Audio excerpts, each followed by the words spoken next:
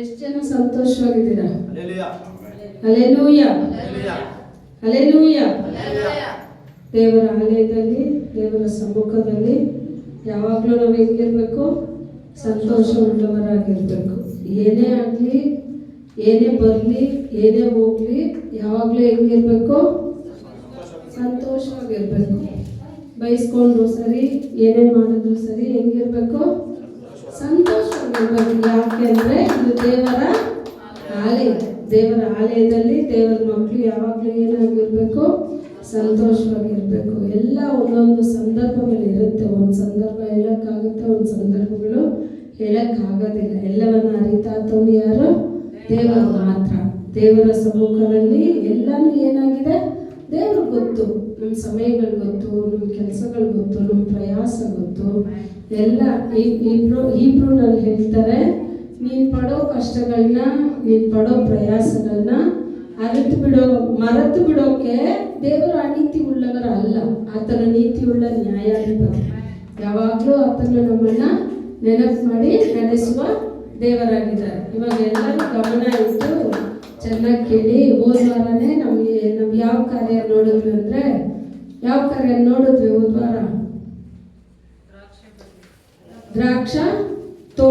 ದ್ರಾಕ್ಷಾ ತೋಟಕ್ಕೆ ಯಜಮಾನ ಏನ್ ಮಾಡ್ದ? ಆಳುಗಳನ್ನ ಕೆಲಸಕ್ಕೆ ಕಳಿಸ್ದು. ಈಗ ದ್ರಾಕ್ಷಾ ತೋಟದಲ್ಲಿ ಸೇರಿದ್ರು. ದ್ರಾಕ್ಷಾ ತೋಟದಲ್ಲಿ ಎಲ್ಲ ಕೆಲಸ ಮಾಡ್ತಾರೆ. ಬೆಳಗ್ಗೆಯಿಂದ ಸಾಯಂಕಾಲವರೆಗೂ ಕೆಲಸ ಮಾಡ್ತಾರೆ. 5 ಗಂಟೆವರೆಗೂ 6 ಗಂಟೆವರೆಗೂ ಮಾಡ್ತಾರೆ. ಅಂದರೆ 1 ಅವರ್ ಮಾಡಿದವ್ರಿಗೆ ಯಾವ ಕೂಲಿನೋ ಅದೇ ಬೆಳಗ್ಗೆ 6 ಗಂಟೆಯಿಂದ 12 ಅವರ್ ಮಾಡಿದವ್ರಿಗೂ ಒಂದೇನೆ ಕೂಲಿ. ಯಾಕೆಂದ್ರೆ ದೇವರ ದೃಷ್ಟಿನಲ್ಲಿ ಏನ್ ಹೇಳ್ತಾರೆ? ವ್ಯತ್ಯಾಸ ಇಲ್ಲ, ತಾರತಮ್ಯ ಇಲ್ಲ. ದೇವರು ಎಲ್ಲರನ್ನೂ ಸಮಾನತೆಯಿಂದ ನೋಡ್ತಾರೆ. ಯಾವಾಗ್ಲೂ ದೇವ್ರು ಇವರು ಅವರು ಅನ್ನೋ ಬೇರೆ ಭಾವನೆ ಯಾರಲ್ಲಿ ಇಲ್ಲ, ದೇವರಲ್ಲಿ ಇಲ್ಲ. ಯಾಕೆ ನಿಮ್ಮನ್ನ ಬೇರೆ ಯಾವುದೋ ತೋಟಕ್ಕೆ ಕೆಲಸ ಕಳಿಸಿಲ್ಲ? ನಿಮ್ಮನ್ನ ಎಲ್ಲಿ ಕಳಿಸಿದ್ರು? ಹೋದ ವಾರ 2-3 ಜನ ಇದ್ದಿಲ್ಲ. ಮತ್ತಾಯು 20ನೇ ಅಧಿಕಾರನ ಎತ್ತಿ ಮನೇಲಿ ಚೆನ್ನಾಗಿ ಓದ್ ನೋಡಿ. ಅದರಲ್ಲಿ ಒಂದು ಯಜಮಾನ ತನ್ನ ಆಳುಗಳನ್ನ ಹುಡ್ಕೊಂಡು, ಯಜಮಾನನ ಬಳಿಯಲ್ಲಿ ತೋಟ ಇದೆ, ತೋಟದಲ್ಲಿ ಕೆಲಸ ಇದೆ. ಯಜಮಾನನ ಹತ್ರ ಕೂಲಿ ಕೊಡೋಕ್ಕೂ ಹಣನೂ ಇದೆ. ಯಜಮಾನನ ಬಳಿಯಲ್ಲಿ ಎಲ್ಲ ಇದೆ. ಆದ್ರೆ ಯಜಮಾನನ ಬಳಿಯಲ್ಲಿ ಯಾರಿಲ್ಲ? ಕೆಲಸಗಾರರಿಲ್ಲ. ಆದ್ರೆ ಯಜಮಾನ ಏನ್ ಮಾಡ್ತಾರೆ? ಸುಮ್ಮನೆ ಒಂದು ಬೋರ್ಡ್ ಹಾಕಿದ್ರೆ ಎಲ್ಲರೂ ಬರ್ಬೋದಾಗಿತ್ತು. ಆದ್ರೆ ಯಜಮಾನ ಸ್ವತಃ ಹೋಗಿ ಎಲ್ಲರನ್ನು ಕೆಲಸಕ್ಕೆ ಏನ್ ಮಾಡ್ತಾ ಇದ್ದಾರೆ? ಕರೀತಾ ಇದ್ದಾರೆ. ನೀವೆಲ್ಲ ಎಲ್ಲೆಲ್ಲೋ ಇದ್ರಿ, ನಿಮ್ಮನ್ನೆಲ್ಲ ಕರ್ಕೊಂಡು ಬಂದು ಎಲ್ಲ ಹಾಕಿದ್ದಾರೆ. ಇದು ಏನ್ ತೋಟ? ಇದು ದ್ರಾಕ್ಷೆ ತೋಟ. ದ್ರಾಕ್ಷೆ ತೋಟದಲ್ಲಿ ಏನಿರುತ್ತೆ? ಜೋರಾಗಿ ಹೇಳಿ. ನೀವ್ ಹೇಳಿದ್ರೆ ನಾನು ಹೇಳಕ್ಕೆ. ದ್ರಾಕ್ಷಾ ತೋಟದಲ್ಲಿ ಏನಿರುತ್ತಪ್ಪ? ದ್ರಾಕ್ಷಿ ಗಿಡ ಇರುತ್ತೆ. ತಕ್ಕ ಕಾಲದಲ್ಲಿ ದ್ರಾಕ್ಷಿ ಗಿಡ ಏನ್ ಕೊಡುತ್ತೆ?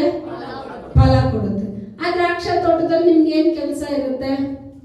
ಒಬ್ಬರಿಗೆ ನೀರ್ ಹಾಕೋ ಕೆಲಸ ಇರುತ್ತೆ, ಒಬ್ಬರಿಗೆ ಆ ಗಿಡಕ್ಕೆ ಪಾತಿ ತೊಡೋ ಕೆಲಸ ಇರುತ್ತೆ, ಒಬ್ಬರಿಗೆ ಏನ್ ಕೆಲಸ ಇರುತ್ತೆ? ಹಣ್ಣುಗಳನ್ನೆಲ್ಲ ಕಿತ್ತಾಕೋದು, ಇಲ್ಲ ಹುಳ ಹಿಡಿದಿದ್ರೆ ಅದನ್ನ ಕ್ಲೀನ್ ಮಾಡೋದು. ಪ್ರತಿಯೊಂದು ಕೆಲಸನೂ ಇರುತ್ತೆ. ತೋಟದೊಳಗಡೆ ಬಂದ ತಕ್ಷಣ ನಾ ಕೆಲಸ ಮಾಡಿಲ್ಲ ಅಂದ್ರೂ ಸಂಬಳ ಸಿಗುತ್ತೆ ಅಂತ ನೀವು ಕೂತಿದ್ರೆ ಸಂಬಳ ಸಿಗತ್ತೆ. ನಿಮ್ಮ ಫಲ ಏನ್ ಹೇಳೋದು? ನಿಮ್ಮ ಕೆಲಸಕ್ಕೆ ತಕ್ಕ ಹಾಗೆ ಕೂಲಿ ಸಿಗುತ್ತೆ ಹೊರತು ನೀವು ಇಷ್ಟಪಡೋಷ್ಟು ಸಿಗೋದಿಲ್ಲ. ಯಾಕಂದ್ರೆ ಆ ಸಾಮ್ಯದಲ್ಲಿ, ಆ ಪ್ಯಾರಬಲ್ ಅಲ್ಲಿ ನಾವು ನೋಡ್ತೀವಿ, ಮೊದಲು ಬಂದವನಿಂದ ಹಿಡಿದು ಕೊನೆಯಲ್ಲಿ 1 ಅವರ್ ಕೆಲಸ ಮಾಡಿದವ್ರನ್ನ ಕರೆದು ಫಸ್ಟ್ ಕೂಲಿ ಕೊಡೋಕೆ ಸ್ಟಾರ್ಟ್ ಮಾಡಿದ್ರು. ಅವಾಗ 1 ಅವರ್ ಕೆಲಸ ಮಾಡಿದವರು ಎಷ್ಟು ನಾಣ್ಯ ತಗೊಂಡ್ರು? 1 ಕಾಸನ್ನ ತಗೊಂಡ್ರು. ಬೆಳಗ್ಗೆ ಮಾಡಿದವ್ರಿಗೆ ಯಜಮಾನ ಏನಂತ ವಾಗ್ದಾನ ಮಾಡಿದ್ರು? ನನ್ನ ತೋಟದಲ್ಲಿ ಕೆಲಸ ಮಾಡು, ನಿನ್ಗೇನ್ ಕೊಡ್ತೀನಿ? 1 ಕಾಸು ಕೊಡ್ತೀನಿ ಅಂತ. ಅವಾಗ 1 ಕಾಸಿಗೆ ಅವ್ನು ಏನ್ ಮಾಡಿಲ್ಲ? ಕೆಲಸ ಮಾಡಿಲ್ಲ. ಎಷ್ಟು ಅವರ್ ಇದ್ದ? 12 ಅವರ್ ಇದ್ದ. 12 ಅವರ್ ಇದ್ದೂನು 1 ರೂಪಾಯಿಗೇನು ಅವನ್ ಏನ್ ಮಾಡಿಲ್ಲ? ಕೆಲಸ ಮಾಡಿಲ್ಲ. 1 ಅವರ್ ಬಂದ. 1 ಅವರಲ್ಲಿ 1 ನಾಣ್ಯಕ್ಕಾಗೋ ಅಷ್ಟು ಸಂಬಳನ ಅವನೇನ್ ಮುಗಿಸ್ಬಿಟ್ಟ. ಇವಾಗ ಯಜಮಾನನ ಬಳಿಯಲ್ಲಿ 2ನೇವರು 3ನೇವರು 4ನೇವರು 4 ಗುಂಪು ಹೋಗುತ್ತೆ ಕೆಲಸಕ್ಕೆ. 2ನೇವರು 3ನೇವರು 4ನೇವರು 3 ಗುಂಪು ಹತ್ರನೂ ಯಜಮಾನ 1 ಕಾಸು ಕೊಡ್ತೀನಿ ಅಂತ ಮಾತಾಡಲೇ ಇಲ್ಲ. ಏನ್ ಮಾತಾಡ್ತಾರೆ, ನನ್ನ ತೋಟಕ್ಕೆ ಕೆಲ್ಸಕ್ಕೆ ಹೋಗು, ನ್ಯಾಯವಾದ ಬೆಲೆಯನ್ನ ನಿನ್ಗೇನ್ ಮಾಡ್ತೀನಿ ನಾನು ಕೊಡ್ತೀನಿ ಅಂತ ಮಾತಾಡಿದ್ರು. ಮಾತಾಡ್ದಂಗೆನೆ ಇವಾಗ ಯಜಮಾನನ್ಗೆ ಏನ್ ಸಂತೋಷ ಆಯ್ತು, ಇವ್ನು 1 ಅವರೇ ಬಂತ, ಆದ್ರೆ ಕರೆಕ್ಟ್ ಆಗಿ ಕೆಲ್ಸನ ಏನ್ ಮಾಡ್ಬಿಟ್ಟ, ಮಾಡಿ ಮುಗಿಸ್ಬಿಟ್ಟ. ಈಗ 1 ಅವರ್ ಮಾಡ್ದವನ ಮೇಲೆ ಯಾರು ಕೋಪ ಬಂತು? ಯಾರು ಕೋಪ ಬಂತು? ನಮ್ಗೆಲ್ಲ ಈ ಕೆಲಸ ಮಾಡೋಕ್ ಗೊತ್ತಿಲ್ವಾ, ನೀನ್ ಈಗ ಬಂದ್ಬಿಟ್ಟು ಮಾಡ್ತಾ ಇದೀಯಾ ಅಂತ ಅವನ್ನ ಬೈದಿರ್ಬೋದು. ಏನೋ ಒಂದು ನಡೆದಿರುತ್ತೆ. ತೋಟದಲ್ಲಿ ಇದೆಯಲ್ಲ, ಈ ತೋಟದಲ್ಲೇ ಎಷ್ಟೋ ಇದೆಯಲ್ಲ, ಇದೆಯಾ ಇಲ್ವಾ? ಈ ತೋಟದಲ್ಲೇ ತುಂಬಾ ಇದೆ. ಈ ಚಿಕ್ಕ ತೋಟದಲ್ಲೇ ಇಷ್ಟಿದೆ ಅಂದ್ರೆ ಅಷ್ಟು ದೊಡ್ಡ ಯಜಮಾನನ ತೋಟದಲ್ಲಿ ಇರುತ್ತಾ ಇಲ್ವಾ? ಆದ್ರೆ ಈ ತೋಟಗಾರನಿಗೆ ಅಷ್ಟೇನು ಗೊತ್ತಿರಲ್ಲ, ಆ ಯಜಮಾನನ್ಗೆ ಎಲ್ಲ ಗೊತ್ತು. ಯಜಮಾನ ಹೇಳ್ತಾನೆ, ನಿನಗ್ ನಾನು ಮೋಸ ಮಾಡಿಲ್ಲ, ನಿನ್ನ ಹತ್ರ ನಾನು 1 ಕಾಸು ಮಾತಾಡ್ದೆ, ನೀನು 1 ಕಾಸು ಕೊಟ್ಟಿದ್ದೀನಿ, ಇದು ನನ್ನ ದುಡ್ಡು, ನನ್ನ ಇಷ್ಟದಂಗೆ ಕೊಡೋಕೆ ನನ್ಗೆ ಅಧಿಕಾರ ಇಲ್ವಾ? ನನ್ನಿಷ್ಟ, ನಾನು ದಯಾಳನಾಗಿರ್ತೀನಿ, ನೀನ್ ಯಾಕೆ ಹೊಟ್ಟೆ ಉರಿ ಪಡ್ತೀಯ? ನನ್ನ ದುಡ್ಡು ನಾನು ಕೊಡ್ತೀನಿ, ನಿನ್ಗೆ ಅದ್ರಲ್ಲಿ ಏನು ಹೊಟ್ಟೆ ಉರಿ? ಅದು ಒಂದು ಕೆಲಸ ಏನಂತ ಹೇಳಿದ್ರೆ, ಮನುಷ್ಯರಲ್ಲಿರೋ ಸ್ವಭಾವ ಏನಂದ್ರೆ, ನಾನ್ ಪಡ್ಕೊಳ್ಳಿಲ್ಲ ಅಂದ್ರೂ ಪರವಾಗಿಲ್ಲ, ಇನ್ನೊಬ್ರು ಪಡಿಲೇಬಾರ್ದು. ಏನೋ ನಾನ್ ಪಡ್ಕೊಳ್ಳಿಲ್ಲ ಅಂದ್ರೂ ಪರವಾಗಿಲ್ಲ. ಅದಕ್ಕೆ ನಿಮ್ಗೆಲ್ಲ ನಾನು ಸುಮಾರು ಸಲ ಒಂದು ಉದಾಹರಣೆ ಹೇಳಿರ್ತೀನಿ. ಮೀನ್ ಅಂಗಡಿಗೆಲ್ಲ ಹೋಗಿ ನೋಡಿ, ಮೀನ್ ನೀರಲ್ಲಿ ಇರುತ್ತಲ್ಲ, ಜೀವಂತವಾಗಿರುತ್ತಲ್ಲ, ಆ ಮೀನ್ ಮೇಲೆ ಏನ್ ಹಾಕಿ ಮುಚ್ಚಿರ್ತಾರಂದ್ರೆ, ಏನ್ ಹಾಕಿರ್ತಾರೆ, ಇದು ಒಂದು ಹಲ್ಗೆನೋ ಡಬ್ಬನೋ ಏನೋ ಒಂದು ಹಾಕಿರ್ತಾರೆ, ಜೀವಂತವಾಗಿರುತ್ತಲ್ಲ, ಅದು ಜಂಪ್ ಆಗುತ್ತೆ ಆಚೆ ಅಂತ. ಅದೇ ನೀವು ಹೋಗಿ ಈ ಕ್ರಾಬ್ ನಾನು ಹಿಡ್ದು ಹಾಕಿರ್ತಾರೆ, ಏನ್ ಹೇಳ್ತಾರೆ, ಏಡಿಕಾಯಿ. ಆ ಡಬ್ಬನ ಹೋಗಿ ನೋಡಿ, ಅದಕ್ಕೆ ಮುಚ್ಚಲ ಏನು ಹಾಕಿರಲ್ಲ. ನೋಡಿದೀರಾ ಯಾವತ್ತಾದ್ರೂ? ಅದು 1ರಿಂದ 1 ಮೇಲ್ ಬರ್ತಾನೆ ಇರುತ್ತೆ. 1 ಹತ್ತಿ ಮೇಲ ಬರೋರಷ್ಟೇ ಇನ್ನೊಂದು ಹೋಗಿ ಅದ್ರ ಕಾಲನ್ನ ಎಳೆದು ಕೆಳಗಡೆ ಬಿಟ್ಬಿಡುತ್ತೆ. ಅದ ಆಚೆ ಒಬ್ಬರನ್ನು ಅದು ಬರೋದಿಲ್ಲ, ಏನ್ ಮಾಡಲ್ಲ, ಬೇರೆ ಒಬ್ಬರನ್ನು ಬರಕ್ ಬಿಡೋದಿಲ್ಲ. ನಾವು ಸಭೆನಲ್ಲಿ ಆ ತರ ಇರಬಾರ್ದು. ಸಭೆನಲ್ಲಿ ನಾವ್ ಹೆಂಗಿರ್ಬೇಕು ಅಂದ್ರೆ, ಪ್ರತಿಯೊಬ್ರು ಫಲಭರಿತ ಮರವಾಗಿರ್ಬೇಕಂತೆ. ಯಾಕೆ ಫಲಭರಿತ ಮರವಾಗಿರ್ಬೇಕು ಅಂತ ಹೇಳಿದ್ರೆ, ನೀವೆಲ್ಲ ಹೆಚ್ಚಿನ ಫಲ ಕೊಡ್ಬೇಕು ಅನ್ನೋದೇ ದೇವ್ರ ಇಷ್ಟ. ದೇವರು ತೋಟದಲ್ಲಿ ತಂದು ಹಾಕಿದ್ದಾರೆ, ತೋಟದಲ್ಲಿ ಬಂದು ಒಂದೇ ಕಡೆ ಕೂತ್ಕೊಂಡು ಹಂಗೆ ಹೋಗ್ಬಿಡೋಣ? ತೋಟದಲ್ಲಿ ಏನ್ ಮಾಡ್ಬೇಕು? ಕೆಲಸ. ನಮ್ಗೆ ಟೈಮ್ ಇಲ್ಲ ಅಲ್ಲ ಕೆಲಸ ಮಾಡಕ್ಕೆ, ಏನಿಲ್ಲ ಟೈಮ್. ನಿಮ್ಮನ್ನು ಹುಡ್ಕೊಂಡು ಬರೋದಿಲ್ಲ, ನೀವು ಟೈಮನ್ನ ರೆಡಿ ಮಾಡಬೇಕು. ದೇವ್ರೆ, ನಾನು ನಿನ್ನ ಆಲಯಕ್ಕೆ ಹೋಗ್ಬೇಕು, ನಿನ್ನ ಆಲಯದಲ್ಲಿ ನಾನು ಕೆಲಸ ಮಾಡಬೇಕು, ನಿನ್ನ ಆಲಯದಲ್ಲಿ ನಾನು ಪ್ರಾರ್ಥನೆ ಮಾಡಬೇಕು, ನಿನ್ನ ಆಲಯದಲ್ಲಿ ನಾನು ಇರಬೇಕು ಅಂತ ಹೇಳಿ ನಿಮಗೆ ಆಸೆ ಬಂತು ಅಂದ್ರೆ, ಆ ದಾರಿನ ದೇವರು ತೆರೆದು ಬಿಡ್ತಾರೆ. ಆಸೆ ನಮಗೆ ಇಲ್ಲ ಅಂದ್ರೆ ನಾವೇನು ಮಾಡೋಕ್ಕೆ ಸಾಧ್ಯ ಇಲ್ಲ. ಯಾವಾಗಲೂ ಅಷ್ಟೇ, ದೇವ್ರ ಸಮ್ಮುಖಕ್ಕೆ, ದೇವ್ರ ಆಲಯಕ್ಕೆ ನಾವು ಬರೋವಾಗೆಲ್ಲ ನೆನೆಸ್ಬೇಕು, ಇದು ನನ್ನ ಮನೆ ಅಲ್ಲ, ಇದು ದೇವರ ಮನೆ, ಇದು ದೇವರ ತೋಟ. ಸಭೆ ಬಂದ್ಬಿಟ್ಟು ಏನೋ ಇಷ್ಟ ಬಂದಂಗೆ ನಡೆಯೋದಲ್ಲ. ಸಭೆನಲ್ಲಿ ಯಾರು ಚಲಿಸ್ತಾರೆ ಅಂದ್ರೆ, ಸಭೆನಲ್ಲಿ ದೇವರು ಚಲಿಸೋದೇ ದೇವರ ಸಭೆ. ದೇವರ ವಿಮೋಚನ ಕಾಂಡ 25ರಲ್ಲಿ ಹೇಳ್ತಾ ಇದೆ, ನೀನು ಆ ಗೂಢಾರನ ಏನಕ್ಕೆ ಮಾಡು ಅಂತ ಹೇಳಿದ್ರೆ, ನನ್ನ ಜನಗಳ ಬಳಿಯಲ್ಲಿ ಮಾತಾಡ್ಬೇಕು. ಏನ್ ಮಾಡ್ಬೇಕಂತ ದೇವ್ರು? ನಿಮ್ ಜೊತೆ ಮಾತಾಡಕ್ಕೇನೆ ಸಭೆ. ಇಲ್ಲಿ ನಿಂತ್ಕೊಂಡು ನಾವು ನಮ್ಮಿಷ್ಟನ ಮಾತಾಡೋದಲ್ಲ, ನಮ್ಮಿಷ್ಟನ ಹೇಳೋದಲ್ಲ. ಈ ದೇವರ ವಾಕ್ಯ ಏನ್ ಹೇಳ್ತಾ ಇದೆಯೋ ಅದನ್ನ ನಾವು ನಿಮ್ಗೆ ಹೇಳೋದೇನೆ ನಮ್ ಕೆಲ್ಸ. ಅದನ್ನ ಕೇಳೋದು ಬಿಡೋದು, ಅದರಂತೆ ನಡೆಯೋದು ಬಿಡೋದು ಯಾರ ಕೆಲ್ಸ? ನೀವು ಕೆಲಸ ಮಾಡಿದ್ರೆ ದೇವರ ವಾಕ್ಯನ, ಯಾಕಂದ್ರೆ ಪ್ರಕಟಣೆನಲ್ಲಿ ಹೇಳುತ್ತೆ, ಆತ್ಮ ಸ್ವರೂಪನು ಸಭೆಗಳಿಗೆ ಹೇಳೋದನ್ನ ಯಾರು ಕೇಳ್ತಾನೆ? ಕಿವಿಯುಳ್ಳವನು ಕೇಳಿ ಅದರಂತೆ ನಡೆದ್ರೆ ನಿಮ್ಗೆ ಜಯ ಉಂಟಾಗುತ್ತೆ. ಕಿವಿಯುಳ್ಳವನು ಕೇಳಿ ಅದ್ರ ಪ್ರಕಾರ ನಡೆದಿಲ್ಲ ಅಂತ ಹೇಳಿದ್ರೆ ಅದು ನಿಮ್ಗೆ ಜಯ ಉಂಟಾಗೋದಿಲ್ಲ. ಅದು ಬದಲಾಗಿ ದೇವರ ಕೋಪನ ನಮ್ಮ ಮೇಲೆ ತಂದ್ಬಿಡುತ್ತೆ. ಇವಾಗ ನೀವು ಫಲವುಳ್ಳ ಮರವಾಗಿರ್ಬೇಕಾ ಇಲ್ಲ ಕೋಪನ ತರಿಸ್ಕೊಡೋರಾಗಿರ್ಬೇಕಾ? ಫಲವುಳ್ಳ ಮರವಾಗಿ ಅಂದ್ರೆ ತೋಟದಲ್ಲಿ ಕೆಲಸ ಮಾಡಕ್ ರೆಡಿನಾ? ನಿಮ್ಗೇನ್ ಗೊತ್ತಾ, ನಮ್ಮಲ್ಲಿರೋ ಒಂದು ಗುಣಗಳೇನ್ ಗೊತ್ತಾ, ಯಾವುದೇ ಒಂದು ಕಾರ್ಯ ಬಂದ್ರೂ ನಾನು ಇದು ಈ ವಾರ ತೆಗಿತಾ ಇಲ್ಲ, ಇದು ಹೋದ ವಾರದಿಂದ ತೆಗಿತಾ ಇದ್ದೀನಿ. ದಯವಿಟ್ಟು ಯಾರು ಇದು ನನಗೆ ಅಂತ ತೆಗಿತಾರೆ ಅಂತ ತಿಳ್ಕೊಬೇಡಿ. ಈ ಕಾರ್ಯ ನಾನು ಈ ವಾರ ಮಾತಾಡಿಲ್ಲ, ಯಾವ ವಾರದಿಂದ ಮಾತಾಡ್ತಾ ಇದ್ದೀನಿ? ಹೋದ ವಾರದಿಂದ ತೋಟದಲ್ಲಿ ನೀವು ಹೆಂಗಿರ್ಬೇಕು, ತೋಟದಲ್ಲಿ ನಿಮ್ ಕೆಲಸ ಏನು? ನಾವು ಪ್ರತಿ ಸಲ ನಾವು ನೋಡುವಾಗ ಮತ್ತಾಯ ಬರೆದ ಸುವಾರ್ತೆನಲ್ಲಿ ಒಂದು ವಚನ ಇದೆ, ಅದು ತುಂಬಾ ಚೆನ್ನಾಗಿರುತ್ತೆ ನೋಡಿ. 21ನೇ ಅಧಿಕಾರ 19ನೇ ವಚನ. ಮತ್ತಾಯ 21:19. ದಾರಿಯಲ್ಲಿ ಒಂದು ಅಂಜೂರದ ಮರವನ್ನು ಕಂಡು ಅದರ ಹತ್ತಿರಕ್ಕೆ ಹೋಗಿ ಅದರಲ್ಲಿ ಬರೀ ಎಲೆಗಳನ್ನೇ ಹೊರತು ಮತ್ತೇನು ಕಾಣದೆ ಅದಕ್ಕೆ ಇನ್ನು ಮೇಲೆ ನಿನ್ನಲ್ಲಿ ಫಲವು ಎಂದೆಂದಿಗೂ ಆಗದೆ ಹೋಗಲಿ ಎಂದು ಹೇಳಿದನು. ಸಾಕು ಅಷ್ಟೇ. ಮತ್ತೆ ಇಲ್ಲಿ ಏನ್ ಮರ ಇದೆ? ಅಂಜೂರದ ಮರ, ಸರಿನಾ? ಈ ಮರ ಎಲ್ಲಿದೆ? ಓದುವಾಗ ಕರೆಕ್ಟ್ ಆಗಿ ಅದನ್ನ ಗಮನ ಇಟ್ಕೊಂಡು ಓದ್ಕೊಳ್ಳಿ. ಈ ಮರ ಎಲ್ಲಿದೆ? ದಾರಿಯಲ್ಲಿದೆ. ಸರಿ, ಅಲ್ಲಿ ಹಂಗೆ ಕೈ ಇಟ್ಕೊಡಿ. ಮತ್ತೆ ಲೂಕ ಒಬ್ಬರು ತಿರುಗಿಸಿ, ಲೂಕ 13ನೇ ಅಧಿಕಾರ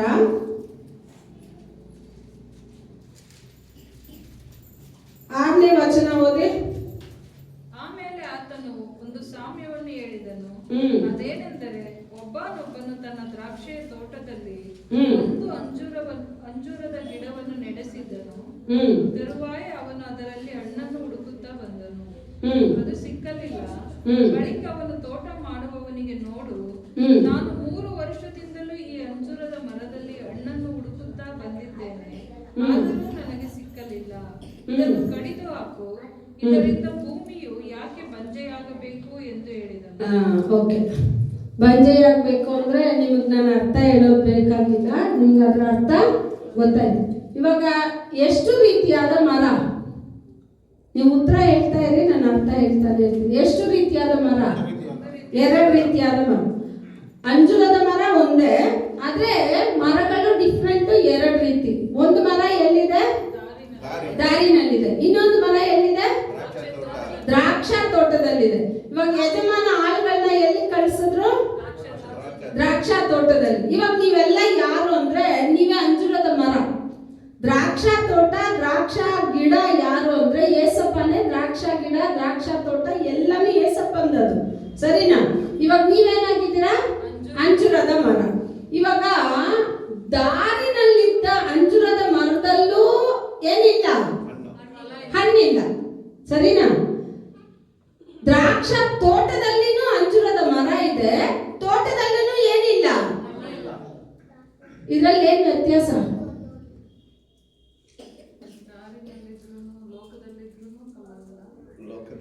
ಚರ್ಚಲ್ಲಿ ಬಂದ್ರು ಫಲ ಇಲ್ಲ. ಅರ್ಥ ಆಯ್ತಾ? ಲೋಕದಲ್ಲಿ ನೀವು ಫಲ ಇಲ್ಲದೆ ಇರೋದ್ರಿಂದನೇ ದೇವ್ರು ಏನ್ ಮಾಡ್ತಾರೆ, ನನ್ನನ್ನು ಬಿಟ್ಟು ನಿನ್ನಿಂದ ಏನು ಮಾಡಕ್ ಆಗೋದಿಲ್ಲ, ನೀನ್ ದಾರಿನಲ್ಲಿದ್ರೆ ಏನು ಮಾಡಕ್ ಆಗಲ್ಲ. ಆದ್ರೆ ಎಲ್ಲರೂ ಅದನ್ನ ನೋಡುವಾಗ ಮತ್ತಾಯದಲ್ಲಿ ಓದುತ್ತಲ್ಲ 21ರಲ್ಲಿ, ಅದರಲ್ಲಿ ಏನ್ ಹೇಳ್ತಾ ಇದೆ ಅಂದ್ರೆ, ಆ ದಾರಿನಲ್ಲಿದ್ದ ಅಂಜೂರ ಮರ ಬೆಳೆದಿರೋ ಆ ರೀತಿ, ಅದರಲ್ಲಿರೋ ಆ ಒಂದು ಆಕರ್ಷಣೆ ಎಲ್ಲ ನೋಡಿ ಏನ್ ಅನ್ಕೊಂಡ್ಬಿಟ್ರು ಇದ್ರಲ್ಲಿ ಫಲ ಇರುತ್ತೆ ಅಂತ. ಆದ್ರೆ ಹತ್ರ ಹೋಗಿ ನೋಡಿದ ತಕ್ಷಣನೇ ಗೊತ್ತಾಗುತ್ತೆ ಅದ್ರಲ್ಲಿ ಏನಿಲ್ಲ, ಫಲ ಇಲ್ಲ. ಆಕರ್ಷಣೆ ಇದೆ, ಸೌಂದರ್ಯ ಇದೆ, ಎಲ್ಲ ಇದೆ, ಆದ್ರೆ ದೇವರು ಬಯಸುವ ಫಲ ಅದ್ರಲ್ಲಿ ಇಲ್ಲ. ಅಂಜೂರದ ಮರನ ನೋಡಿದ್ದೀರಾ ತಾನೆ? ಎಲ್ಲೆಲ್ಲ ಹಣ್ಣು ಬಿಟ್ಟಿರುತ್ತೆ ಅದು. ಕೆಳಗಡೆಯಿಂದ ಆ ರೆಂಬೆಗಳನ್ನ ನೀವು ನೋಡಕ್ಕೆ ಆಗೋದಿಲ್ಲ. ರೆಂಬೆನಲ್ಲಿ ಏನಿರುತ್ತೆ? ಒಂದಿರಲ್ಲ, ಅದ್ರಲ್ಲಿ ಎಷ್ಟಿರುತ್ತೆ? ಗೊಂಚಾಗಿರುತ್ತೆ. ಅರ್ಥ ಆಯ್ತಾ? ಅವಾಗ ಅಷ್ಟು ಫಲಭರಿತ ಅಂಜೂರದ ಮರವಾಗಿ ದೇವರು ನಿಮ್ಮನ್ನ ಬದಲಾಯಿಸ್ಬೇಕು ಅನ್ನೋದೇ ದೇವ್ರ ಇಷ್ಟ. ಅದಕ್ಕೇನೆ ದೇವ್ರು ಎಲ್ಲಿ ಕರ್ಕೊಂಡು ಬಂದ್ರು ಅಂದ್ರೆ ದಾರಿನಲ್ಲಿ. ಅಲ್ಲಿ ನಾವು ನೋಡ್ತೀವಲ್ಲ 20ನೇ ಅಧಿಕಾರದಲ್ಲಿ ಸಾಮ್ಯದಲ್ಲಿ ನೋಡ್ತೀವಿ, ಬಳಿ ಓರತ್ರ ಹೋಗಿ ತೋಟದ ಅಂಗಡಿ ಹತ್ರ ಹೋಗಿ ದಾರಿನಲ್ಲಿ ಹೋಗಿ, ಯಾಕಪ್ಪ ಇಲ್ಲಿ ಸುಮ್ಮನೆ ಕೂತಿದ್ದೀರಾ, ನೀವು ನನ್ನ ದ್ರಾಕ್ಷಾ ತೋಟಕ್ಕೆ ಹೋಗಿ ನಿಮಗೆ ತಕ್ಕ ಸಂಬಳ ನಾನು ಕೊಡ್ತೀನಿ. ಯಜಮಾನ ಹೋಗಿ ಹೋಗಿ ಕರೆದು ಎಲ್ಲಿ ತಂದು ಸೇರಿಸ್ತಾರಂದ್ರೆ ದ್ರಾಕ್ಷಾ ತೋಟಕ್ಕೆ ಸೇರಿಸಿದ್ದಾರೆ. ಇವಾಗ ಈ ದ್ರಾಕ್ಷಾ ತೋಟದಲ್ಲಿ ನಿಮ್ಮನ್ನು ಸೇರಿಸಿದವ್ರು ಯಾರು? ಯಜಮಾನ. ಈಗ ಇರೋ ಈ 20 ಜನರಲ್ಲೇ ಇಟ್ಟು ನಿಮ್ಗೆ ಟ್ರೈನ್ ಅಪ್ ಮಾಡ್ತಾರೆ ಅಂತ ಹೇಳಿದ್ರೆ ನೆಕ್ಸ್ಟ್ ನಿಮ್ಮನ್ನ ಒಂದು ದೊಡ್ಡ ಸ್ಥಾನಕ್ಕೆ ಕರ್ಕೊಂಡು ಹೋಗ್ತಾರೆ ಅಂತ. 20 ಜನರಲ್ಲೇ ನಿಮಗೆ ತಗ್ಗಿಸೋ ಗುಣ ಇಲ್ಲ, 20 ಜನರಲ್ಲೇ ಬಿಟ್ಕೊಡೋ ಗುಣ ಇಲ್ಲ, 20 ಜನರಲ್ಲಿ ಪ್ರೀತಿಸೋ ಗುಣ ಇಲ್ಲ. ಪ್ರೀತಿ ಬಂದಾಗ ಹಂಗೆ ಮುಖಾಮುಖ ಹಂಗೆ ಅಂಟ್ಕೊಳ್ಳುತ್ತೆ. ದ್ವೇಷ ಬಂದಾಗ ಮುಖಾಮುಖ ಒಂದು ಈಸ್ಟ್ಗೆ ಒಂದು ವೆಸ್ಟ್ಗೆ ಹೋಗುತ್ತೆ. ಯಾಕೆ? ಪ್ರೀತಿ ಏನಾಗುತ್ತಲ್ಲಿ ಹೇಳಿ ನೀವೇ? ಕಹಿ. ಇದ್ರಲ್ಲಿದೆ ಸತ್ಯವೇದದಲ್ಲಿ ಎಲ್ಲ ಇದೆ. ನಾನು ಯಾವುದು ನನ್ನ ಸ್ವಂತವಾಗಿ ಹೇಳೋದೇ ಇಲ್ಲ. ನನ್ನ ಸ್ವಂತವಾಗಿ ಹೇಳ್ಬೇಕಾದ ಅವಶ್ಯಕತೆನೂ ಇಲ್ಲ. ನನ್ನ ಸ್ವಂತ ಕಾರ್ಯಗಳನ್ನ ಹೇಳೋಕೆ ಫುಲ್ಫಿಟ್ ಅಲ್ವೇ ಅಲ್ಲ. ಇದು ದೇವರ ವಾಕ್ಯ. ದೇವರ ಸಮ್ಮುಖದಲ್ಲಿ ದೇವರ ನಾಮನ ಮಾತ್ರ ನಾವು ಗಣಪಡಿಸ್ಬೇಕು. ದೇವರು ನಿಮ್ಮನ್ನ ಫಲಭರಿತ ಮರವಾಗಿರ್ಬೇಕು ಅಂತಾನೆ ಇಷ್ಟ. ಲೋಕದಲ್ಲೇ ಫಲ ಇಲ್ಲದೆ ಇದ್ರಿ ತೋಟದಲ್ಲಿ ಬಂದ್ರು ನೀವೇನ್ ಇಲ್ದೇ ಇದ್ದೀರಾ? ಫಲ ಇಲ್ಲದೆ ಇದ್ದೀರಾ. ನಿಮ್ಮನ್ನ ನೀವು ದೇವರ ಕರದಲ್ಲಿ ಬಿಟ್ಕೊಟ್ರೇನೆ ಅಪ್ಪ ಈ ಕೋಪ ನನ್ನಿಂದ ಹೋಗ್ತಾ ಇಲ್ಲ, ಈ ಮಾತುಗಳು ನನ್ನಿಂದ ಹೋಗ್ತಾ ಇಲ್ಲ, ಈ ಸ್ವಭಾವ ಬದಲಾಗಕ್ಕೆ ಆಗ್ತಾ ಇಲ್ಲ, ನನ್ನ ಬದಲಾಯಿಸಿ ಅಂತ ನೀವು ಕೇಳುವಾಗ ಯೋಹಾನ 15ರಲ್ಲಿ ಹೇಳ್ತಾ ಇದೆ, ಯಜಮಾನ ದೇವರು ತೋಟಗಾರನಾಗಿ ಬರ್ತಾರೆ. ಗಿಡಗಳನ್ನ ಹೆಂಗ್ ಮಾಡ್ತಾರಂದ್ರೆ ಬೇಡದೆ ಇರೋದನ್ನೆಲ್ಲ ತೆಗೆದು ಶುದ್ಧಿ ಮಾಡಿ ನೀವಿನ್ನೂ ಅನೇಕ ಫಲಗಳನ್ನ ಕೊಡೋ ತರ ದೇವರು ನಿಮ್ಮನ್ನ ಏನ್ ಮಾಡ್ತಾರಂತೆ? ಆಶೀರ್ವಾದ ಮಾಡ್ತಾರಂತೆ. ಇವಾಗ ನೀವು ಫಲಭರಿತ ಮರವಾಗಿ ಇರ್ಬೇಕಾ ಇಲ್ಲ ಹಂಗೆ ಇರ್ಬೇಕಾ? ಶಬ್ದನೇ ಇಲ್ಲ. ನಾವು ಫಲ ಕೊಡೋದು ಬೇಡ, ನೀವು ಅದನ್ನ ತಿನ್ನೋದು ಬೇಡ. ದೇವರು ಈ ಸಾಮ್ಯದಲ್ಲಿ ಹೇಳ್ತಾ ಇದೆ, 18ನೇ ವಚನ ಓದಿ, 18ರಲ್ಲಿ ಹೋಗಿ, 21:18 ಮತ್ತಾಯ. ಬೆಳಗ್ಗೆ ಆತನು ಪಟ್ಟಣಕ್ಕೆ ತಿರುಗಿ ಹೋಗುತ್ತಿರುವಾಗ ಹಸಿದನು. ಏನಾಯ್ತು? அஷ்டே எழுதுறா. காலையிலே அவர் நகரத்திற்கு திரும்பி வருகையில் அவருக்கு பசி ಉಂಟಾಯಿತು. ಅವ್ರಿಗೆ ಏನು ಉಂಟಾಯ್ತಂತೆ? ಹಸಿವು. ಕರೆಕ್ಟಾ? ಹಸಿವು ಉಂಟಾಯ್ತು. ಹಸಿವು ಉಂಟಾದಾಗ ದೇವ್ರು ಎಲ್ಲಿ ಬರ್ತಾರೆ? ಅಂಜೂರದ ಮರವಾದ ನಿಮ್ಮ ಹತ್ರನೇ ಬರ್ತಾರೆ. ಯಾಕೆ ದೇವ್ರು ಈ ಅಂಜೂರದ ಮರದಲ್ಲಿ ಹಣ್ಣು ಬೇಡ ಅಂದ್ರು ಗೊತ್ತಾ? ಒಳ್ಳೆ ದ್ರಾಕ್ಷಾ ಹಣ್ಣುಗಳನ್ನ ಕೊಡುತ್ತೆ ಅಂತ ನನ್ನ ತೋಟನ ಹಾಕಿದೆ, ಇದು ನನಗೆ ಕಹಿ ಭರಿತ ದ್ರಾಕ್ಷಾ ಹಣ್ಣುಗಳನ್ನ ಕೊಟ್ಬಿಡ್ತಂತೆ. ನಾನು ಹೇಳ್ತಾ ಇಲ್ಲ, ಸತ್ಯವೇದ ಹೇಳ್ತಾ ಇದೆ. ನೀವು ಇದನ್ನೆಲ್ಲ ಹಂಗೆ ಕೈ ಇಟ್ಕೊಂಡು ಲೂಕ ಇದೆಲ್ಲ ಕೈ ಇಟ್ಕೊಂಡು ಹಂಗೆ ಮೆತ್ತಿಗೆ ಒಂದ್ಸಲ ಏಷಾಯ ಪುಸ್ತಕನ ತೆರೀರಿ. ಏಷಾಯ 5ನೇ ಅಧಿಕಾರ 1ನೇ ವಚನದಿಂದ ಓದಿ. ಏಷಾಯ 5:1. ನನ್ನ ಪ್ರಿಯನನ್ನು ಅವನ ತೋಟವನ್ನು ಕುರಿತು ನನ್ನ ಪ್ರಿಯನ ಒಂದು ಗೀತವನ್ನು ನಾನು ಹಾಡುವೆ, ಕೇಳಿರಿ. ಸಾರವತ್ತಾದ ಗುಡ್ಡದ ಮೇಲೆ ನನ್ನ ಪ್ರಿಯನಿಗೆ ದ್ರಾಕ್ಷಿಯ ತೋಟವಿತ್ತು. ಇಲ್ಲಿ ಹೇಳಿ, ಏಷಾಯ ಒಂದು ಕವಿತೆನ ಹಾಡ್ತಾರೆ. ಯಾವ ರೀತಿ ಅಂದ್ರೆ, ಪ್ರಿಯನಿಗೆ ಅಂದ್ರೆ ಯೇಸು ಸ್ವಾಮಿಗೆ ಗುಡ್ಡದ ಮೇಲೆ, ಕೆಳಗಡೆ ಎಲ್ಲ ಇಲ್ಲ. ನೀವು ತಿಳಿದಿರೋ ತರ ದ್ರಾಕ್ಷಾ ತೋಟ ಎಲ್ಲ ಹಾಕೋದು ತುಂಬಾ ಎತ್ತರದಲ್ಲಿ ಹಾಕ್ತಾರೆ. ಅದನ್ನ ಕ್ಲೀನ್ ಮಾಡಿ ನೀವು ಎಲ್ಲ ಕಡೆ ನೋಡಿ. ಅಂಜೂರದ ಮರ ಬಂದ್ರೆ, ದ್ರಾಕ್ಷಾ ಗಿಡ ಬಂದ್ರೆ ಎಣ್ಣೆ ಮರನು ಸೇರಿ ಬರುತ್ತೆ. ದ್ರಾಕ್ಷಾ ಗಿಡನು ಎಣ್ಣೆ ಮರನು ಸೇರಿ ಬರುತ್ತೆ, ದೂರನೇ ಇರೋದಿಲ್ಲ. ಅದೇ ತರ ದ್ರಾಕ್ಷಾ ತೋಟವನ್ನು ನೋಡುವಾಗ ಪಕ್ಕದಲ್ಲೇ ಮನೆ ಕಟ್ಟೋದು ಬರುತ್ತೆ. ಯಾಕಂದ್ರೆ ಈ ದ್ರಾಕ್ಷಾ ತೋಟನ ನೆಡೋಕೆ ಅವ್ರ ಜಾಗನ ಕ್ಲೀನ್ ಮಾಡುವಾಗ ಅದ್ರಲ್ಲಿ ದೊಡ್ಡ ಕಲ್ಲುಗಳು ಸಿಗುತ್ತಂತೆ. ಆ ಕಲ್ಲುಗಳನ್ನ ಸಿಗೋವಾಗ ಕಲ್ಲುಗಳಿಂದ ಮನೆಗಳನ್ನ ಕಟ್ತಾರೆ. ಏಷಾಯ 65ರಲ್ಲಿ ಬರುತ್ತೆ. ನಿಮ್ಮ ಮನೇಲಿ ಬರ್ದಿಟ್ಕೊಂಡ್ಬಿಟ್ಟು ಓದ್ ನೋಡಿ. 65ನೇ ಅಧಿಕಾರದಲ್ಲಿ ಇರುತ್ತೆ. ಆ ಕಲ್ಲುಗಳಿಂದ ಮನೆನ ಕಟ್ತಾರೆ. ದ್ರಾಕ್ಷಾ ತೋಟವನ್ನ ಅಲ್ಲೇನ್ ಮಾಡ್ತಾರೆ? ಮೊದಲನೇದಾಗಿ ದ್ರಾಕ್ಷಾ ಗಿಡಗಳನ್ನ ಹಾಕ್ತಾರೆ. ಇಲ್ಲಿ ಹೇಳ್ತಾ ಇದೆ, ಒಂದು ಎತ್ತರದಲ್ಲಿ ಸಮಾನತೆ ಉಳ್ಳ ನೆಲದಲ್ಲ, ಎತ್ತರದಲ್ಲಿ. ನಿಮ್ಮನ್ನ ಹೆಂಗಿಡಕ್ ದೇವ್ರು ಇಷ್ಟಪಡ್ತಾರಂದ್ರೆ ತಗ್ಗಿದವರಾಗಲ್ಲ, ನಿಮ್ಮನ್ನ ಎತ್ತರದಲ್ಲಿ ಇಡ್ಬೇಕು ಅನ್ನೋದೇ ದೇವರ ಆಸೆ. ಎತ್ತರದಲ್ಲಿ ಇದ್ದು ನೀವು ಅನೇಕ ಫಲಗಳನ್ನ ಕೊಡ್ಬೇಕು ಅನ್ನೋದೇ ದೇವರ ಆಸೆ. ಆಮೇಲೆ ನೆಕ್ಸ್ಟ್ ಓದಿ ಸರ್.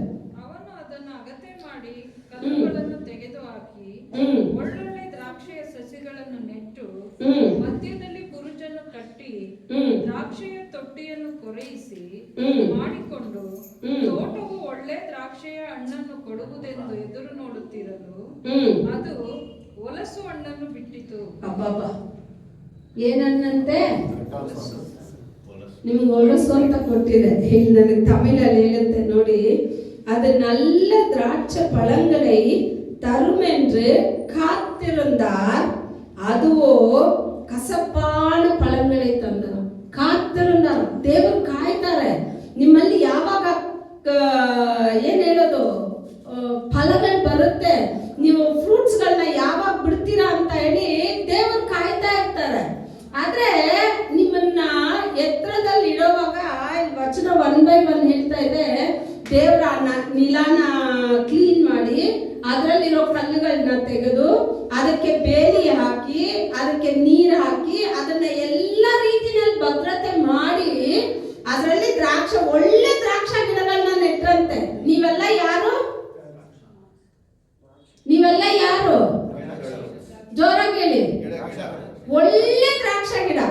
ಅದು ಒಳ್ಳೆ ದ್ರಾಕ್ಷ ಗಿಡದಲ್ಲಿ ಏನ್ ಬೆಳೀತಾ ಇದೆ? ನಿಮ್ದ್ರಲ್ಲಿ ಏನ್ ಕೊಟ್ಟಿದೆ? ಹೊಲಸು. ಹೊಲಸಾದ ಕೆಸರಿನಿಂದ ತಾನೇ ನಮ್ಮನ್ನ ಎತ್ತಿದ್ರು. ಹೊಲಸಾದ ಕೆಸರಿನಿಂದ ತಾನೇ ಎತ್ತಿ ನಮ್ಮನ್ನ ತೊಳೆದ್ರು. ಹೊಲಸಾದ ಕೆಸರಿನಲ್ಲಿದ್ದ ನಮ್ಮನ್ನ ತಾನೇ ಉನ್ನತ ಸ್ಥಾನಕ್ಕೆ ತಂದ್ರು. ಹೊಲಸಾದ ಕೆಸರಲ್ಲಿ ಒಬ್ರು ನಮ್ಮನ್ನ ನೋಡಿಲ್ಲ, ಕೆಸರಲ್ಲಿ ಯಾರು ಬಂದಿಲ್ಲ, ಕೆಸರ ಹತ್ರ ಯಾರು ಬರಕ್ ಆಗೋದಿಲ್ಲ. ಕೆಸರಲ್ಲಿ ನಮ್ಮನ್ನ ಹಂಗೆ ತುಳಿದ್ಬಿಟ್ಟು ಹೋಗ್ತಾ ಇದ್ರು.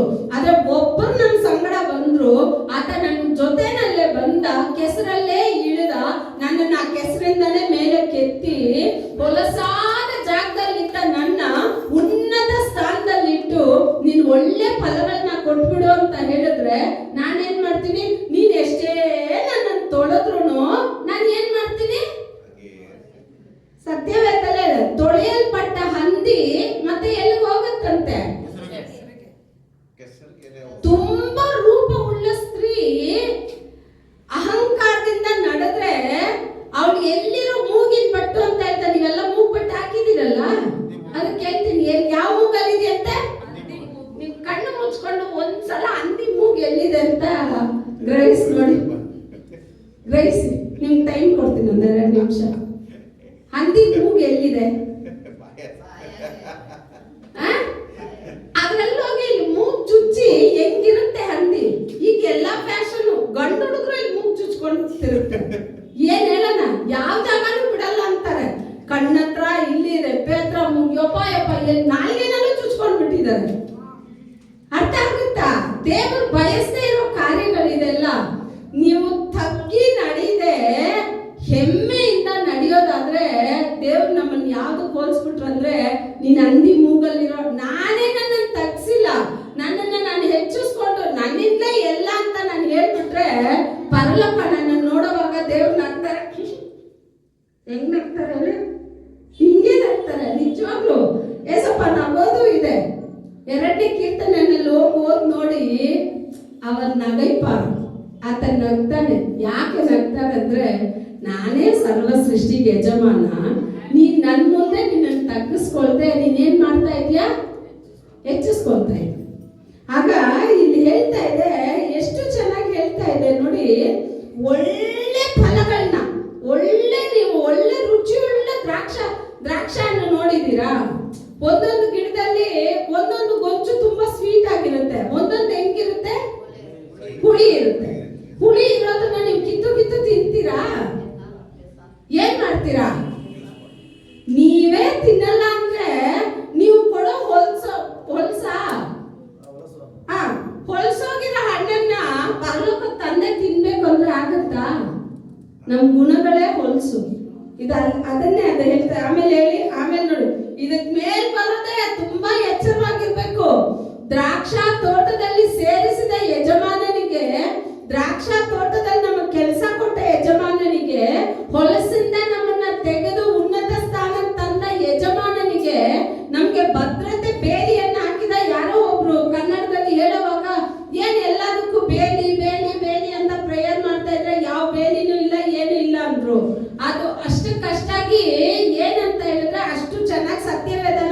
ಇದ್ದಾರೆ. ಇಲ್ಲಿ ಹೇಳುತ್ತೆ, ದೇವರ ಬೇಲಿನ ಮೀರಿ ಯಾರು ಯಾವ ಕರನ ನಮ್ಮ ಮೇಲೆ ಇಡಕ್ಕಾಗೋದಿಲ್ಲ. ಬೇಲಿನ ಯಾರು ಕಿತ್ತಾಕ್ಬೇಕು ಅಂದ್ರೆ ಯಜಮಾನನ್ ಕಿತ್ತಾಕಿದ್ರೇನೆ ಸಾಧ್ಯ. ಇಲ್ಲಿ ಹೇಳ್ತಾ ಇದೆ, ನೀನ್ ಕಹಿಯಾದ ಹಣ್ಣುಗಳನ್ನ ಕೊಟ್ಬಿಟ್ರೆ ದೇವ್ರು ಕೊಡೋ ದಂಡನೆ. ನೆಕ್ಸ್ಟ್ ಓದಿ. ಯೆರೂಸಲೇಮಿನ ನಿವಾಸಿಗಳೇ, ಯೆಹೂದದ ಜನರೇ, ಈಗ ನನಗೂ ನನ್ನ ತೋಟಕ್ಕೂ ನ್ಯಾಯ ತೀರಿಸಿರಿ. ನನ್ನ ತೋಟದಲ್ಲಿ ಹಿಂದೆ ನಾನು ಮಾಡಿದ್ದಕ್ಕಿಂತಲೂ ಇನ್ನೇನು ಮಾಡಬೇಕಾಗಿತ್ತು? ಅದು ಒಳ್ಳೆ ದ್ರಾಕ್ಷಿಯನ್ನೇ ಕೊಡುವುದೆಂದು ನಾನು ನಿರೀಕ್ಷಿಸುತ್ತಿರಲು ಏಕೆ ಹೊಲಸು ಹಣ್ಣನ್ನು ಬಿಟ್ಟಿತು?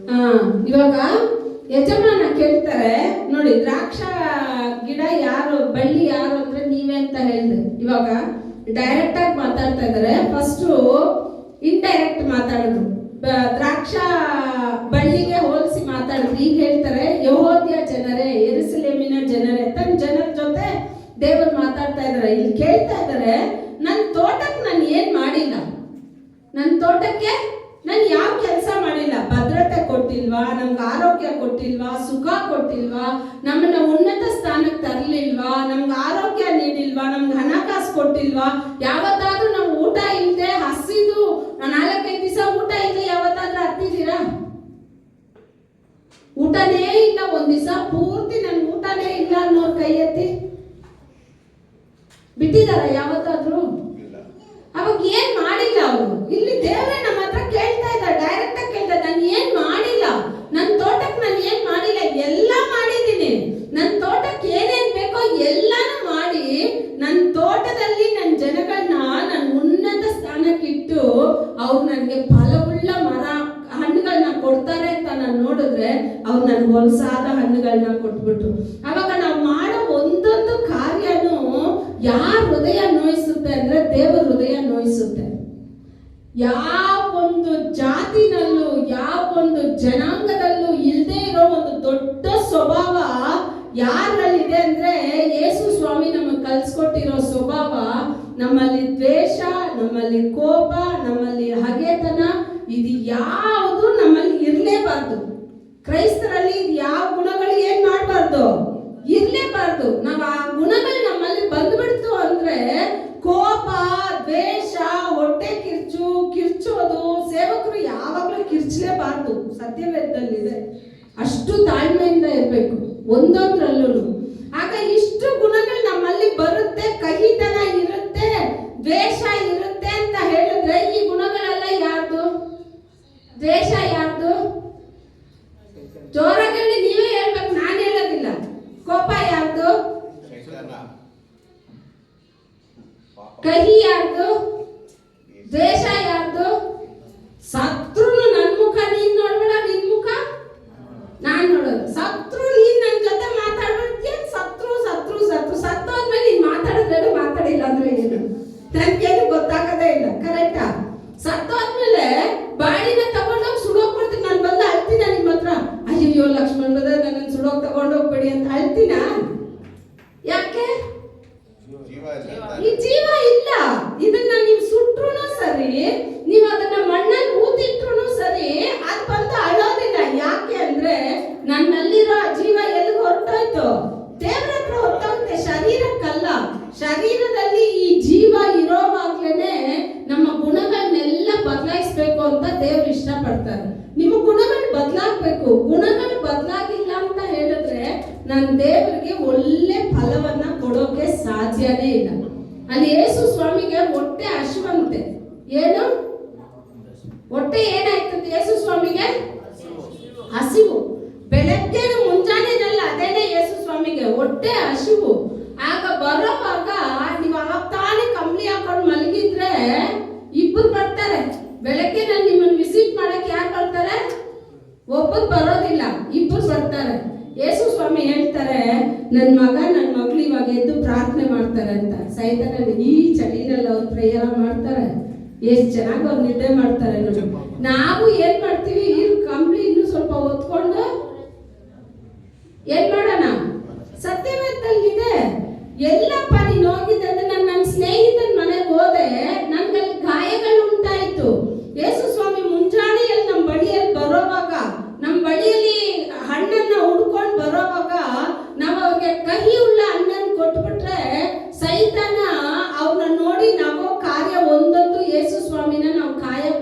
ಕೊಟ್ಟಿರಂತೆ. ಈಗ ನೀವು ಯೋಚನೆ ಮಾಡಿ, ನನ್ನ ಕಾರ್ಯ ದೊಡ್ಡದಾ, ನಾನು ಯೇಸು ಸ್ವಾಮಿ ಗಾಯ ಮಾಡೋದು ದೊಡ್ಡದಾ? ಯಾವ್ದು ದೊಡ್ಡದು?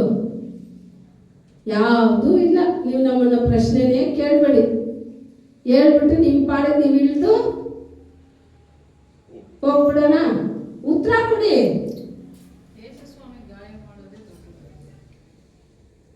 ಅವಾಗ ಕಹಿ ಇಟ್ಕೊಳ್ಳೋಣ, ಗಾಯ ಮಾಡ್ಬಿಡೋಣ ಅವ್ರನ್ನ? ಯಾರ ಮೇಲೇನೂ ಕಹಿ, ಯಾರ ಮೇಲೇನೂ ಕೋಪ, ಯಾರ ತೋಟದಲ್ಲಿ ನೋಡಿ. ನೆಕ್ಸ್ಟ್ ಇನ್ನೊಂದು ಹೇಳ್ತಾರೆ, ನೀವು ತಡ್ಕೊಳ್ಳೋದಿಲ್ಲ. ದೇವ್ರು ಹೇಳೋವಾಗ ಹೇಳ್ತಾರೆ, ನನ್ನ ತೋಟಕ್ಕೆ ನಾನು ಏನು ಮಾಡಿಲ್ಲ, ಎಲ್ಲ ಮಾಡಿದ್ದೀನಿ. ಅದು ಒಳ್ಳೆ ಹಣ್ಣನ್ನು ಕೊಡುತ್ತೆ ಅಂದ್ರೆ ಅದು ಏನು ಹಣ್ಣನ್ನು ಕೊಟ್ಬಿಡ್ತಂತೆ? ಹೊಲಸು, ಕಹಿ. ಹೊಲಸು ಬೇಡ, ಅದು ಕೆಟ್ಟೋಗಿರೋದಲ್ಲ, ಕಹಿ. ಕಹಿನ ಯಾರಾದ್ರೂ ಬಾಯಲ್ಲಿ ಇಡೋಕ್ಕಾಗತ್ತಾ? ನೀವು ಟೊಮೆಟೊನು ನೀರಲ್ಲಿ ತೊಳೆದ್ಬಿಟ್ಟು ಕಚ್ಚಿ ತಿಂದ್ಬಿಡ್ತೀರಾ? ಹಾಗಲಕಾಯಿನ ತೊಳೆದ್ಬಿಟ್ಟು ಕಚ್ಕೊಂಡು ತಿಂತೀರಾ? ಯಾಕೆ? ಕ್ಯಾರೆಟ್ ನಾನು ತೊಳೆದ್ಬಿಟ್ಟು ತಿಂತೀರಾ ತಾನೆ? ಎರಡು ವೆಜಿಟೇಬಲ್. ಹಾಗಲಕಾಯಿ ವೆಜಿಟೇಬಲ್, ಕ್ಯಾರೆಟ್ ವೆಜಿಟೇಬಲ್. ಕ್ಯಾರೆಟ್ ನ ತಿಂತೀರಾ, ಹಾಗಲಕಾಯಿ ಯಾಕೆ ತಿನ್ನಲ್ಲ? ಹಾಗಲಕಾಯಿ ಏನು ಮಾಡಿದ್ಮೇಲೆ ತಿಂತೀರಾ? ಹಸಿ ತಿಂದ್ಬಿಡ್ತೀರಾ? ಎಷ್ಟು ಕಹಿ ಇರುತ್ತೆ, ನಿಮ್ಮಿಂದ ಬಾಯಿನಲ್ಲಿ ಇಕ್ಕಕ್ಕೆ ಆಗೋದಿಲ್ಲ. ಆಗ ನಾವು ಮಾತ್ರ ಕಹಿಯುಳ್ಳ ಹಣ್ಣನ್ನ ಪರಲೋಕದ ತಂದೆಗೆ ಯಾಕೆ ಕೊಡ್ಬೇಕು? ಪರಲೋಕದ ತಂದೆ ನಮ್ಮ ಗುಣಗಳನ್ನ ನೋಡಿ ಸಂತೋಷ ಪಡ್ಬೇಕು. ಏಟ್ ಮೇಲೆ ಏಟು, ಅವಮಾನದ ಮೇಲೆ ಅವಮಾನ, ನಿಂದನೆ ಮೇಲೆ ನಿಂದನೆ ನನ್ನ ಮಕ್ಕಳಿಗೆ. ಆದ್ರೂ ಇದನ್ನೆಲ್ಲ ಸಹಿಸ್ಕೊಂಡು ನನ್ನ ಪ್ರೀತಿನ ಮಾತ್ರ ಇವ್ರು ತೋರ್ಪಡಿಸ್ತಾರಲ್ಲ ಅಂತ ಹೇಳಿ ಆ ನಂಬಿಕೆನ ನೀವೇನ್ ಮಾಡ್ಬೇಕು? ಅಂತ ಒಂದು ಹಣ್ಣನ್ನ ದೇವ್ರಿಗೆ ನೀವು ಕೊಟ್ಬಿಡ್ಬೇಕು. ಅದಕ್ಕೆ ನಿಮ್ಮನ್ನ ರೆಡಿ ಮಾಡೋದು. ನಾನು ಇದ್ದ ಜಾಗದಲ್ಲೇ ಮತ್ತೆ ಮತ್ತೆ ಹೋಗ್ತೀನಿ ಅಂದ್ರೆ ಎಲ್ಲ ಚರಿತ್ರೆನೇ ಯೇಸು ಸ್ವಾಮಿ ಕರ್ದಲ್ಲಿದೆ. ನನ್ನ ಚರಿತ್ರೆನೇ ಯೇಸು ಸ್ವಾಮಿ ಕರ್ದಲ್ಲಿದೆ. ಕರೆಕ್ಟಾ? ರಾತ್ರಿ ಎಲ್ಲಿರ್ತೀವಿ, ನಿನ್ನೆ ಎಲ್ಲಿರ್ತೀವಿ, ಮೊನ್ನೆ ಎಲ್ಲಿದ್ದೀವಿ ಎಲ್ಲ ನೋಡ್ತಾರೆ. ಒಂದೊಂದು ಟೈಮ್ ಕೊಡ್ತಾ ಇರ್ತಾರೆ. ಆ ಟೈಮ್ ಕೊಡೋದು ಏನಕ್ಕೆ ಗೊತ್ತಾ? ತಿದ್ಕೊಳ್ಳೋಕೆ. ಅದನ್ನ ನಾವು ತಿದ್ದುಕೊಳ್ದೆ ಅದೇ ರೀತಿ ನಾನು ನಡೆಯೋ ರೀತಿನೇ ನಡೀತೀನಿ ಅಂತ ಹೇಳಿದ್ರೆ ಫಟ್ ಅಂತ ಒಂದೇಟ್ ಹೊಡೆದ್ರೆ ಮುಗೀತು. ಅಷ್ಟಕ್ಕೆ ನಮ್ಮ ಜೀವ ಜೋರಾಗಿ ಉಸಿರು ಇಟ್ಕೊಂಡು ಹಾರ್ಟ್ ಅಟ್ಯಾಕ್ ತರ ಹಿಂಗ್ ಇಟ್ಕೊಂಡು ಕೂತ್ರೇನೆ ಹಾರ್ಟ್ ಟಕ್ ಅನ್ನೋದು ನಿಂತೋಯ್ತು ಅಂದ್ರೆ ಏನಾಯ್ತು? ಲೈಫ್ ಹೋಯ್ತಾ? ಆದ್ರೆ ಯೇಸು ಸ್ವಾಮಿಗೆ ಒಳ್ಳೆ ಹಣ್ಣನ್ನ ಕೊಡೋ ಮಕ್ಕಳಾಗಿ ನಾವು ಇರ್ಬೇಕು. ಇದ್ರಲ್ಲಿ ಹೇಳ್ತಾ ಇದೆ 5ನೇ ವಚನ ಹೇಳಿ.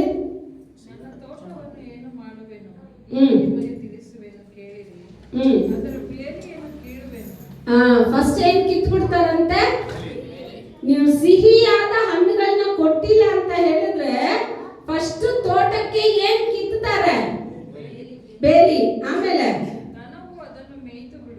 ಅಬ್ಬಾ, ಬೇಲಿ ಕಿತ್ತಿದ್ರೆ ಏನ್ ಬರುತ್ತೆ? ಯೋಬನ ಬೇಲಿ ಕಿತ್ತ ಮೇಲೆ ಏನ್ ಬರುತ್ತೆ? ದನ ಬಂದ್ರು ಕಡ್ಡಿ ಎತ್ಕೊಂಡು ಓಡಿಸಿದ್ರೆ ಓಡೋಗುತ್ತೆ. ಸೈತಾನ ಬಂದ್ರೆ ಏನ್ ಮಾಡಕ್ ಆಗಲ್ಲ. ಕರೆಕ್ಟಾ? ನೆಕ್ಸ್ಟ್ ಗೋಡೆನ ಒಂದ್ ದ್ರಾಕ್ಷಾ ತೋಟಕ್ಕೆಲ್ಲ ನೋಡಿ ಕಾಂಪೌಂಡ್ ಹಾಕಿರ್ತಾರೆ. ಬೇಲಿ ಹಾಕೋದೊಂದು, ಕಾಂಪೌಂಡ್ ಕಟ್ಟಿರ್ತಾರೆ. ಆ ಕಾಂಪೌಂಡ್ ಇಷ್ಟು ಮಟ್ಟಿಗೆ ಇರುತ್ತೆ. ಯಾಕೆ ಅಂದ್ರೆ ಆ ಮರ ಅಷ್ಟು ಎತ್ತರಕ್ಕೆ ಬೆಳೆಯುತ್ತೆ. ಆ ಮರದಲ್ಲಿರೋ ರೆಂಬೆಗಳಿದೆಯಲ್ಲ, ಕೊಂಬುಗಳಿದೆಯಲ್ಲ, ಚಿಕ್ಕ ಚಿಕ್ಕದು ಬಳ್ಳಿಗಳಿರುತ್ತಲ್ಲ, ಅದು ಬಂದ್ಬಿಟ್ಟು ಕರೆಕ್ಟ್ ಆಗಿ ಅದರ ಆ ಕಾಂಪೌಂಡ್ ಲೆವೆಲ್ಗೆನೆ ಇರ್ಬೇಕು.